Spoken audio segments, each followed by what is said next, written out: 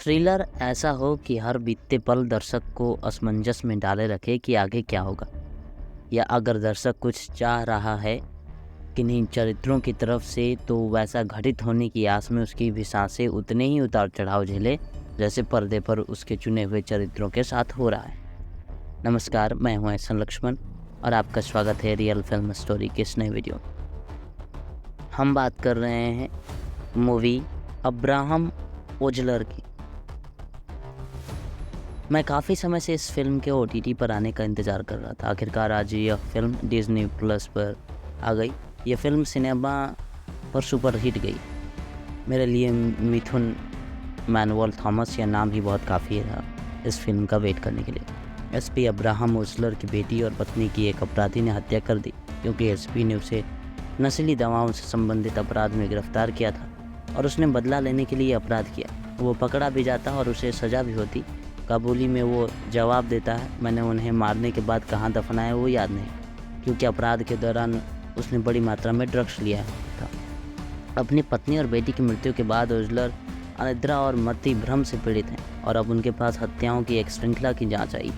अब वो उस हत्याओं की जांच कैसे करते हैं वो आप फिल्म में देख सकते हैं। इस फिल्म की नकारात्मक पहलू जो है वो जयराम एक ऐसा व्यक्ति जो अपने व्यक्तित्व और आवेगों से पीड़ित है। वो अब अभिनय नहीं कर सकते, यह केवल नकल कर सकते हैं। अभिनय से लंबे समय का ब्रेक एक व्यक्ति के लिए यही करता है। भले ही इसमें प्रदर्शन करने का जज्बा हो, लेकिन वह कम रह जाता है। जब भी उन्हें दिखाया जाता है तो कमल हसन के एक्सप्रेशन ही सुनने और देखने को मिलते हैं। उनके अभिनय में एकमात्र आकर्षण वह शारीरिक स्ट्रेट जैकेट था जो उन्होंने उदास होने का चित्रण करने के लिए अपनाया था, और अंतिम शॉट उनका मुस्कुराता हुआ चेहरा था। मुझे उम्मीद है कि भाग 2 में इन कमियों को दूर कर लिया जाएगा। जयराम के लिए एक छोटा सा सुझाव, इस शैली की कुछ नॉर्डिक फिल्में देखें और उन अभिनेताओं की विशेषताओं का अनुकरण और अनुकूलन करने का प्रयास करें। इससे कुछ अंतर आ सकता है। शोध करें और काम करें। इसके अलावा स्ट्रीमिंग प्लेटफॉर्म प्रोजेक्ट्स में शामिल सक्रिय उपस्थिति दिखाएं। ऐसा करने से अन्य फिल्म निर्माता कहानियाँ लिखते या प्रोजेक्ट बनाते समय आपके बारे में सोच सकते हैं।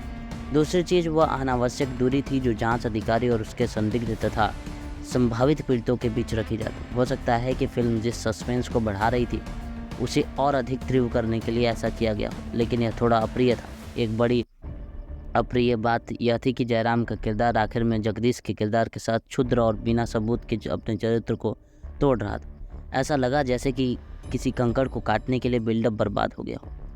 यह एक ऐसा क्षेत्र है जिसके बारे में सुरेश गोपी सक्रिय रूप से जागरूक हैं और कोई समझौता नहीं करेंगे। दूसरा कारण इन अभिनेताओं की शारीरिक देखभाल की कमी है।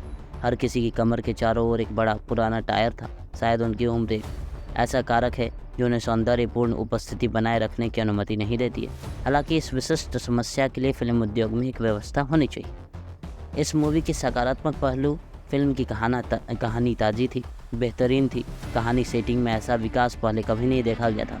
भले ही एक अपराधी का महिमा मंडन और यह पहलू कि फॉरेंसिक के दौरान हड्डी के टुकड़ों की कभी जांच नहीं की गई, लेखक के पहले प्रयास के रूप में भौहें चढ़ाता है, यह काफ़ी हद तक स्वीकार्य है।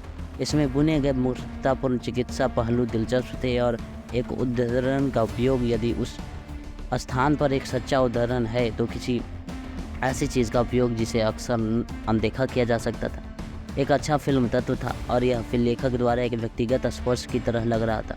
मुझे इस्तेमाल की गई स्कोरिंग पृष्ठभूमि पसंद आई, विशेष रूप से ओपनहाइमर से सीधे कॉपी की गई एक रणनीतिक तकनीक।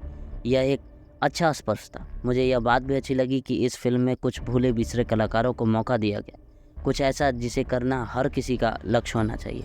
हर किसी को जीविकोपार्जन करना है, ठीक है।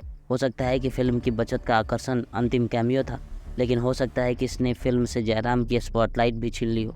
क्या इसकी ज़रूरत थी मुझे नहीं पता, लेकिन फिल्म निर्माता के लिए फिल्म को चौथे गियर पर डालना ज़रूरी रहा होगा।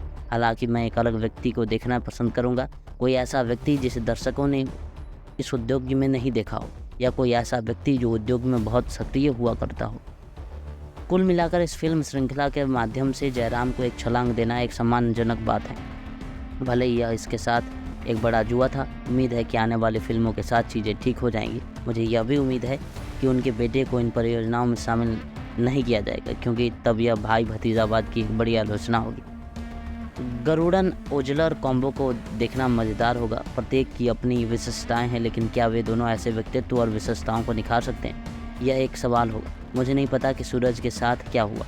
वह बहुत अच्छा अभिनय कर रहा था और अब अचानक बंद हो गया। ऐसा लग रहा है कि जैसे उसका कोई अस्तित्व ही नहीं। वह एक पुलिस अधिकारी या डॉक्टर की भूमिका या कुछ और कर सकता था।